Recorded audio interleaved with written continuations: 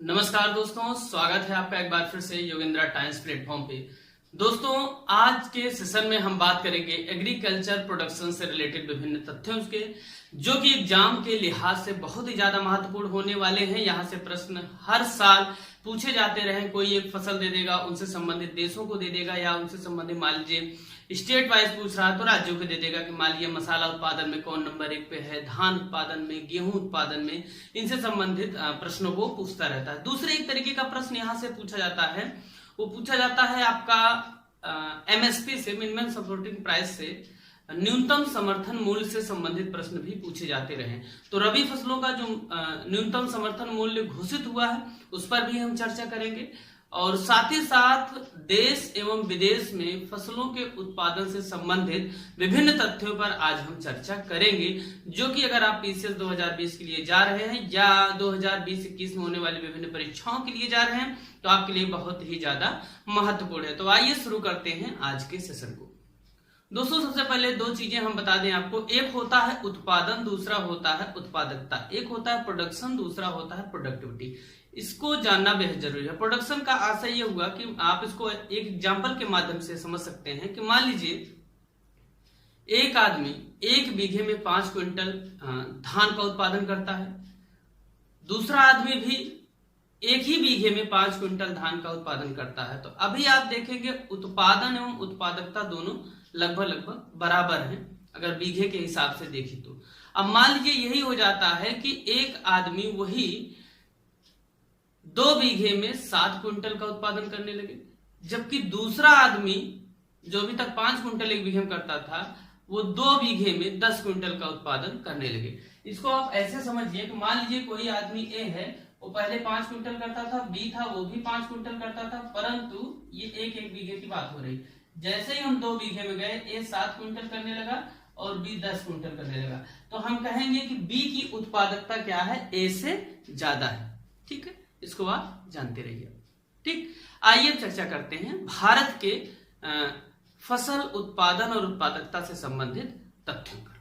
देखिए दोस्तों, सबसे पहले इसको एक बार आप देख लीजिए पूरा, और इसका एक स्क्रीनशॉट ले लीजिए जिससे आपको लिखने में थोड़ा सा सहायता हो। ठीक है,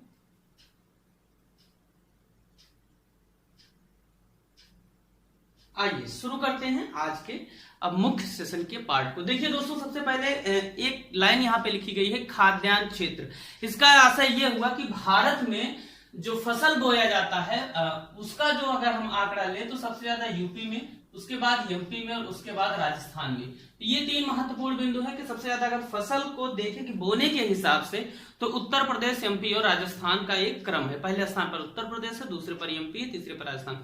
देखिएगा कि हमारे यहाँ क्या है, टेक्नोलॉजी, चूंकि हम उतने उन्नत किस्म के प्रौद्योगिकी का प्रयोग नहीं करते, इसीलिए देश की तुलना में जो अन्य देश हैं उनके उत्पादन की तुलना में हमारा उत्पादन कम होता है, जबकि हम क्षेत्र ज्यादा कवर करते हैं। अर्थात हम 5 बीघे में बोते हैं तो हमें कम फसल प्राप्त होती है, जबकि अगर दूसरे देशों की बात करें तो उतनी फसल 2.5 बीघे में ही प्राप्त कर लेते हैं। ये हमारी एक कमी है जिसपे धीरे धीरे काम कर रहा है। अब देखिए उत्पादकता की बात करें, जिसको मैंने आपको पहले बताया प्रोडक्टिविटी की अगर हम बात करेंगे तो कुछ महत्वपूर्ण यहाँ पे फसलों से संबंधित पूछता है। जैसे धान की सबसे ज्यादा अगर प्रोडक्टिविटी देखेंगे तो पंजाब में महत्वपूर्ण है, गेहूं की सबसे ज्यादा प्रोडक्टिविटी पंजाब में है, कपास की सबसे ज्यादा प्रोडक्टिविटी पंजाब में। ये तीनों आप याद रखिएगा, धान, गेहूं और कपास, तीनों की जो प्रोडक्टिविटी सबसे ज्यादा है वो पंजाब में है। 2 तरीके इसके हो सकते हैं, 2 कारण इसके हैं कि पंजाब सबसे ज्यादा प्रौद्योगिकीकृत राज्य है हमारे देश का,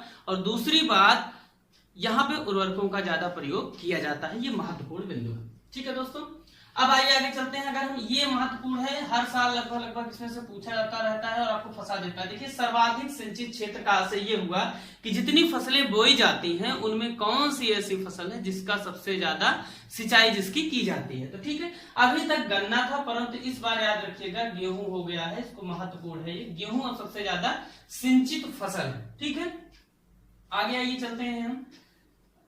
अब देखेंगे कि महत्वपूर्ण जो फसल हैं उनके उत्पादन में राज्यों की स्थिति क्या है। ठीक, यहाँ से प्रश्न आपसे पूछे जाते रहे।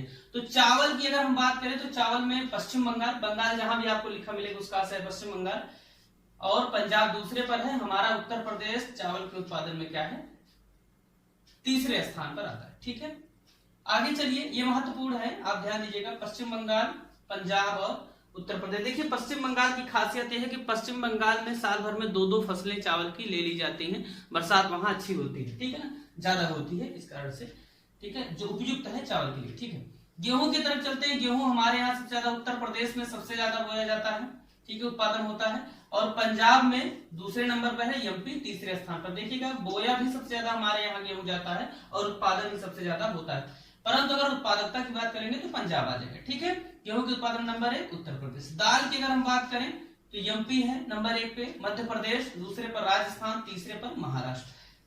पहले नंबर पे कौन है? दाल। आपको पहला तो जरूर याद रखना है। जितनी पहली बात तो यहाँ जितनी चीजें लिखी गई हैं वो आपके एग्जाम के लिहाज से लिखी गई हैं, ऐसा नहीं सारी चीजें एक जगह लिख दी गई हैं किताबों की तरीके से। तो दाल आप याद रखिएगा, मध्य प्रदेश नंबर 1 पे है। और एक चीज याद रखिएगा, दाल के उत्पादन, उपभोग और आयात तीनों में भारत क्या है? नंबर 1 पे है। अर्थात सबसे ज्यादा पैदा भी करता है दाल को, खाता भी है सबसे ज्यादा, और खाने में चूंकि कम पड़ जाता है जितना इसने उत्पादन किया होता तो मंगाता भी सबसे ज्यादा है पूरी दुनिया में। कपास की बात करें, सबसे ज्यादा महत्वपूर्ण है कपास। आप जानते हैं काली मिट्टी में इसका उत्पादन होता है। तो काली मिट्टी मुख्यतः जो है गुजरात और महाराष्ट्र साइड में पाई जाती है। तो जो सबसे ज्यादा कपास का उत्पादन होता है वो गुजरात में होता है, नंबर दूसरे पर महाराष्ट्र। तीसरा महत्वपूर्ण बिंदु है, इसको जरूर आप याद करें, तेलंगाना। तेलंगाना की राजधानी क्या है? हैदराबाद, इसको याद रखिएगा। तेलंगाना की राजधानी हैदराबाद, किस नदी किनारे बसी है? मूसी। ठीक है भैया, तो कपास उत्पादन में नंबर 1 पे गुजरात है। ठीक है, आइए मूंगफली की तरफ चलते हैं। मूंगफली में भी नंबर 1 पे गुजरात है, नंबर 2 पे राजस्थान, नंबर 3 पे आंध्रा है। मूंगफली का नंबर 1 वाला उत्पादन आप ध्यान दीजिएगा। गुजरात 2 चीजों में अभी तक हमने पढ़ा नंबर 1 है, नंबर 1 कपास में और दूसरा मूंगफली में नंबर 1 पे। ठीक है भैया, अब देखते हैं जो खाद्यान्न उत्पादन होता है, जैसे हमने अभी बात की थी क्षेत्र की अगर आप बात करेंगे तो उत्तर प्रदेश, मध्य प्रदेश और राजस्थान। उत्पादन की बात करेंगे तो उत्तर प्रदेश, मध्य प्रदेश दोनों क्रम वही है, परंतु तीसरा वाला बदल जाता है, पंजाब हो जाता है। ठीक है, इसको थोड़ा दिमाग में रखिएगा। अब देखिए तिलहन की बात करते हैं। दलहन, तिलहन 2, 3 इसको ध्यान में रखिएगा थोड़ा। कुल तिलहन उत्पादन की अगर बात करेंगे तो एमपी नंबर 1 पे है, नंबर 2 पे राजस्थान है, नंबर 3 पे जो क्रम आता है वो गुजरात का आता है। ठीक है, तो पहले और दूसरे पे याद रखिएगा, तिलहन उत्पादन में मध्य प्रदेश और राजस्थान का क्रमशः पहला और दूसरा क्रम है। ठीक है भैया, आइए देखिए सुपारी। सुपारी क्या है? सुपारी जब भी आप खाते हो तो क्या कहता है? टक टक की आवाज आती है। ठीक है, तो कौन सा नंबर 1 पे होगा? कर्नाटक। ठीक है, दूसरे नंबर पे केरला, नंबर 3 पे असम। इसको याद रखिएगा, पहला कर्नाटक, बस आपसे ज्यादा नहीं पूछेगा। उसके बाद आप याद रखिए नारियल। नारियल में आप देखेंगे केरल नंबर 1 पे है, कर्नाटक नंबर 2 पे, तमिलनाडु नंबर 3 पे। इसको आप सेट कर लेंगे। जानते हैं आप कि केरल में आप जो भी आप चीजें देखते हैं वीडियोस के माध्यम से या मूवीज के माध्यम से, जो भी आप देखते हैं उसमें दिखाया जाता है कि केरल में सबसे ज्यादा नारियल का उत्पादन होता है। बहुत ज्यादा नारियल के वृक्ष को वहां पे देखते हैं। तो केरल में सबसे ज्यादा नारियल होता है, उसके बाद कर्नाटक, उसके बाद तमिलनाडु। आइए देखिए मसाला, ये बहुत ही ज्यादा महत्वपूर्ण है। देखिए मसाला स्टेट के रूप में अगर हम देखें तो किसको जाना जाता है? केरला को। ठीक है, परंतु उत्पादन अगर आप देखेंगे तो एमपी है नंबर 1 पे, दूसरे पर राजस्थान, तीसरे पर आंध्रा। इसको याद रखिएगा, मसाला स्टेट जो हम कहते हैं, मसाला राज्य, इसको याद रखिएगा कि केरल को कहा जाता है। इसने अपने यहाँ मसाले की बढ़ोतरी के लिए सचिन तेंदुलकर को ब्रांड एम्बेसडर बनाया है लंबे समय से। और उसके बाद लेकिन अगर उत्पादन देखेंगे तो हम एमपी है हमारे यहाँ। काली मिर्च के उत्पादन में केरला नंबर 1 पे। ठीक है भैया, अब देखिए कुछ समर्थन मूल्य घोषित किए गए हैं हाल ही में जो रबी फसलों के हैं। समर्थन मूल्य होता क्या है? सरकार एक पैमाना तय करती है कि किसानों ने जितना श्रम बल का इस्तेमाल किया है, फसल को उगाने में जितने उर्वरक का प्रयोग किया है, उसका एक निश्चित कम से कम एक कीमत ऐसी दी जाए जिससे किसानों को घाटा न लगे। ठीक है, उसे क्या कहते हैं? न्यूनतम समर्थन मूल्य, मिनिमम सपोर्टिंग प्राइस। ठीक है, ये देता कौन है? सीएसीपी, एक संस्थान है, यही देता है इसको। ठीक है ना, इसकी स्थापना 1965 में की गई थी सीएसीपी की। पूछ लेता है सीएसीपी कौन देता है समर्थन मूल्य? सीएसीपी। अब देखिए जैसे सीएसीपी द्वारा जो भी समर्थन मूल्य घोषित किया जाता है, जो स्टेट्स होते हैं, राज्य, ये केंद्र का संस्थान है, जो राज्य होते हैं उससे ज्यादा ही न्यूनतम समर्थन मूल्य देंगे, उससे कम नहीं दे सकते हैं। ठीक है, देंगे ही नहीं। ठीक है ना, तो इसको आप थोड़ा दिमाग में रखिएगा। अब देखिए गेहूं का समर्थन मूल्य, रबी फसलों की हम बात करेंगे। गेहूं का समर्थन मूल्य, इसके पहले आप जो पुरानी किताब थोड़ी 6 महीने पुरानी पढ़ेंगे तो उसमें 1925 दिया होगा। ₹50 सरकार ने बढ़ा दिया, 1975 कर दिया, इसको तुरंत आप याद करें। 1975 रुपए गेहूं का समर्थन मूल्य है, अर्थात अब 1 क्विंटल के लिए सरकार द्वारा जो न्यूनतम घोषित राशि है 1925 रुपए है। ये बहस का मुद्दा है, किसानों को लगातार इतना कम पैसा क्यों दिया जा रहा है। 70 सालों से सबका वेतन बढ़ा, लेकिन किसानों का 50 रुपए बढ़ाते हैं, और बाकी लोगों का 380% लगभग इंक्रीमेंट हुआ है वेतन में, सरकारी जो नौकर है। मसूर का अगर उत्पादन हम इसके समर्थन मूल्य की बात करें तो 5100 कर दिया गया है, इसके पहले 4800 था, 300 बढ़ा है, इसको याद रखिएगा, 300 क्या हुआ है, बढ़ा है। ठीक है भैया, मसूर में कितना हुआ, 5100। अगर हम इनको देखें तो सबसे ज्यादा जो बढ़ा, सबसे ज्यादा जो रेट है इस समय मसूर का ही है। जौ की अगर बात करें तो इसके पहले 1525 था, 75 रुपए बढ़ा दिया गया, पहुंच गया है 1600 रुपए पर। ठीक है, चने की बात करें, चना 4875 रुपए था, 325 रुपए इसमें इंक्रीमेंट हुआ है, 5100 रुपए हो गया। तो सबसे ज्यादा वृद्धि अब किसमें की गई, चने में। इसके पहले जो की गई थी मसूर में की गई थी। ठीक है ना। सरसों की अगर बात करें तो सरसों में 4425 रुपए पहले था, 225 रुपए बढ़ा के 4650 रुपए कर दिया गया है। ये समर्थन मूल्य कम से कम गेहूं, मसूर और चने का जरूर याद रखें, ये महत्वपूर्ण है, आपसे पूछा जा सकता है, पूछा जाता रहता है लगभग। ठीक है ना। तो ये सब ऐसे क्वेश्चन है जिनको आप चुटकियों में जिनका आंसर दे सकते हैं। अब देखिए, ये तो ये पड़ाव हुआ कि भारत की फसलों के बारे में हमने थोड़ा सा अध्ययन किया। ठीक है, अब दूसरा एक पड़ाव आता है तो विश्व में कुछ वैश्विक स्तर पे उत्पादन से संबंधित हमसे प्रश्नों को पूछा जाता है, जिनका हम त्वरित रूप से आंसर देकर एक समुचित अंकों का अपने लिए प्रावधान कर सकते हैं। देखिए, काफी बहुत विवादित रहता है कॉफी का उत्पादन, और ये लगभग पूछा जाता है। अगर आप पीसीएस के पेपर को उठा के देखेंगे, पिछले 3 सालों मैंने जितना बताया इसमें से काफी सारी चीजें पूछी गई हैं। तो कॉफी के उत्पादन में ब्राजील नंबर 1 पे है, वियतनाम नंबर 2 पे, कोलंबिया नंबर 3 पे। देखिए हुआ क्या था, एग्जाम में पूछा था इसको तो पहला हटा दिया था, दूसरा वाला पूछ लिया था। ठीक है, तो दूसरे पर कौन है, वियतनाम है, तीसरे पर कोलंबिया है, इसको आप दिमाग में रखिएगा। पहला ब्राजील तो सबको पता है। ठीक है ना। सैंटोस यहाँ का एक पोर्ट है जिसको कॉफी पोर्ट के नाम से जाना जाता है, इसको दिमाग में रखिएगा। ब्राजील का क्या मैपिंग में आप पढ़ेंगे, सैंटोस। ठीक है, चलिए आगे चाय का उत्पादन देखते हैं। चाय 2 तरीके की होती है भैया, एक तो चाय होती है भूरी चाय, दूसरी एक चाय होती है काली चाय। ठीक है, आप तो कभी ध्यान दिए नहीं होंगे, आप तो सिर्फ चाय पीते हैं, पता नहीं कौन सी चाय पीते ना। तो कुछ चीजें आपको ध्यान देनी चाहिए। भूरी अर्थात ब्राउन, काली अर्थात ब्लैक। ठीक है ना, 2 तरीके की चाय होती है। तो जो हम उत्पादन पढ़ते हैं वो भूरी चाय का पढ़ते हैं। ठीक है ना, इसमें है कौन, चीन है, भारत है, केन्या है और श्रीलंका है। ये नहीं पूछता, पूछ सकता है, पूछता नहीं। चीन, भारत, केन्या और श्रीलंका। परंतु जो एक्सपोर्ट होता है चाय का, उसमें नंबर 1 पे श्रीलंका, इसको आप दिमाग में रखिएगा। कौन है, श्रीलंका। ठीक है, श्रीलंका, इसको ध्यान रखिएगा। अब देखिए, काली चाय का उत्पादन अगर देखेंगे तो सबसे ज्यादा केन्या करता है, इसको लिख लीजिए, लिखते चलिए साथ में, एक बार देख लीजिएगा, फिर से आके लिखिएगा इसको। ठीक है, भूरी चाय का उत्पादन मैंने बताया कि चाइना, भारत, केन्या और श्रीलंका है। एक्सपोर्ट अगर चाय का ओवरऑल देखेंगे तो सबसे ज्यादा जो करता है वो श्रीलंका करता है। काली चाय का उत्पादन आप देखेंगे तो केन्या करता है। ये अफ्रीका महाद्वीप का एक देश है, इसकी राजधानी नैरोबी है। ठीक है, आइए प्राकृतिक रबर की बात करेंगे तो थाईलैंड नंबर 1 पे है, इंडोनेशिया नंबर 2 पर है, वियतनाम तीसरे पर है। थोड़ा सा याद रखिएगा, थाईलैंड और इंडोनेशिया कम से कम 2 आप याद कर लीजिएगा, महत्वपूर्ण है। जो महत्वपूर्ण है उन्हीं को लिखा गया है, प्राकृतिक रबर। ठीक है ना। नारियल की बात करें, नारियल उत्पादन में देखिए, अब नारियल उत्पादन हमने अपने यहाँ देखा था तो केरल है। अगर वहां देखेंगे तो इंडोनेशिया पूरे विश्व के स्तर पर, फिलीपींस नंबर 2 पे, बहुत महत्वपूर्ण है, भारत नंबर 3 पे है। ठीक है, नंबर 1 पे कौन है, इंडोनेशिया, नंबर 2 पे फिलीपींस, नंबर 3 पे भारत। ठीक है, केले की अगर बात करेंगे तो केले में नंबर 1 भारत है, नंबर 2 चीन है, नंबर 3 इंडोनेशिया। जिसमें भारत है उसको पूरा रट डालिए, भारत नंबर 1 पे है, चीन नंबर 2 पे है, इंडोनेशिया नंबर 3 पे है। ये सब ऐसी चीजें 2-2-3 नंबर आपको ऐसे दे देंगे, 2 नंबर तो आपसे यहाँ और खने मिला के पूछता ही।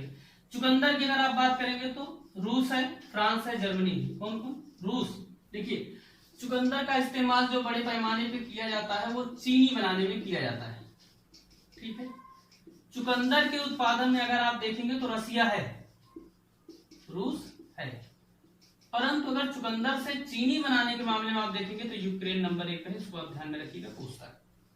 ठीक है, चुकंदर से जो चीनी 2 तरीके से बनाई जाती है, गन्ने और चुकंदर से। तो चुकंदर से जो बनाई जाती है उसमें यूक्रेन नंबर 1 पे है, रसिया से ये अलग होकर बना है। इसी का विवादित कुछ क्षेत्र है रसिया के साथ, अभी जिसके लिए संघर्ष होते रहते हैं। आगे देखिए भैया सेब के बारे में हम चर्चा करते हैं। चीन नंबर 1 पे है, अमेरिका नंबर 2 पे, तुर्की नंबर 3 पे, इंपॉर्टेंट है याद रखिएगा। सेब में चाइना, अमेरिका और तुर्की, नहीं तो भारत लगा देंगे। मसाले की अगर बात करें पूरी दुनिया में तो भारत सबसे ज्यादा मसालों का निर्यात करता, उत्पादन करता है, इस पर उत्पादन ध्यान में रखिएगा, उत्पादन है। तुर्की नंबर 2 पे है, बांग्लादेश नंबर 3 पे। मसालों के उत्पादन के कारण ही आप इतिहास पढ़ेंगे तो देखेंगे वहां पर कि पुर्तगाल, अंग्रेज, डच, डैन, ये सब लोग क्या है हमारे ऊपर आके हमारे यहाँ व्यापार कर रहे हैं, बाद में धीरे धीरे हमारे ऊपर शासन भी किए, राज भी किए। तो मसाला ही वो चीज थी जिसके कारण हम गुलाम हुए। आप ऐसा क्षणिक रूप से कह सकते हैं, परंतु हम क्यों गुलाम हुए? क्योंकि अपनी मानसिकता ही ऐसी बना लिए थे, हम पैदा ही नौकर बनने के लिए हुए। ठीक है भैया। मसाले के उत्पादन में भारत, तुर्की और बांग्लादेश। चलिए आगे चलते हैं, दलहन देखते हैं। दलहन में भारत, पोलैंड और यूके, यूनाइटेड किंगडम। भारत को मैंने बताया कि दलहन का मामला अगर आप देखेंगे तो भारत दलहन में सबसे ज्यादा उत्पादन भी करता है, उपभोग भी करता है और आयात भी करता है। इसको खाने से कम पड़ जाता है, जितना पैदा करता है उससे ज्यादा खाता है। ठीक है ना, डेफिसिट है। एक चीज याद रखिएगा, एक अभी आरओ में क्वेश्चन पूछा गया था कि जो एमएसपी होता है, मिनिमम सपोर्टिंग प्राइस, वो जो घोषित होता है किसानों के लिए और जो एक्चुअल प्राइस पे किसान बेचते हैं, उनके बीच में जो डिफरेंस होता है उनको एक भत्ता दिया जाता है। ठीक है ना, उस भत्ते को कहते हैं ब्लू। ठीक है ना, नीला भत्ता। ठीक है ना, इसको थोड़ा दिमाग में रखिएगा, नीले से। गन्ने के उत्पादन में आप देखेंगे ब्राजील है, भारत है, चाइना है। ठीक है, इसको पूछा था क्वेश्चन, ब्राजील है, भारत है और चीन है गन्ने के उत्पादन में। याद रखिएगा जो गन्ना होता है वो ब्राजील का सबसे ज्यादा मीठा होता है अगर किसी देश विशेष की बात करें तो, परंतु अगर हम बात करें सबसे मीठा गन्ना कहाँ का होता है तो हवाईयन द्वीप का होता है। इसको आप दिमाग में रखिएगा। ठीक है, ये प्रशांत महासागर में स्थित एक द्वीप है जो कि अमेरिका के तहत आता है। ठीक है, इसको आप याद रखिएगा। गेहूं उत्पादन में अगर दुनिया में बात करें तो चाइना नंबर 1 पे, भारत नंबर 2 पे है, रूस नंबर 3 पे। ठीक है ना, गेहूं में चाइना नंबर 1 पे है, लेकिन नहीं तो भारत आप कर देंगे। दूध के उत्पादन की बात करें तो भारत नंबर 1 पे है, अमेरिका नंबर 2 पे है, चाइना नंबर 1 पे है। इसको याद रखिएगा थोड़ा सा। दूध में क्या है, अगर हम जानवरों की बात करें तो जानवर भी हमारे पास सबसे ज्यादा ही है पूरे दुनिया में। ठीक है, परंतु अगर उत्पादकता की बात करेंगे तो हमारा स्थान घट जाता है। क्यों? क्योंकि हमारे यहाँ जो जानवर हैं उनका भरण पोषण सही तरीके से नहीं कर पा रहे हैं, इसीलिए हमारे यहाँ उस स्तर का उत्पादन नहीं होता। ठीक है, और साथ ही साथ हमारी क्वालिटी भी थोड़ी सी डाउन होती है। तो आज का सेशन आपके लिए महत्वपूर्ण है, इसको आप लिखिएगा, नोट कर लीजिएगा और कोशिश करिएगा इतना पहले याद कर लें, उसके बाद ही आप बाकी का ज्ञान लीजिएगा। ऐसे महत्वपूर्ण टॉपिक्स जो कि पीसीएस 2020 यानी संबंधित परीक्षाओं के लिए महत्वपूर्ण एग्जाम के लिए है, जो कि छूट जाते हैं कहीं न कहीं आपके हिसाब से पढ़ते समय, उनको हम धीरे धीरे करके आपके पेपर से पहले सारे करवा देंगे। बने रहिए हमारे साथ। अगर अभी तक आपने हमारे चैनल को सब्सक्राइब नहीं किया, सब्सक्राइब करिए और शेयर करते रहिए। बहुत बहुत धन्यवाद।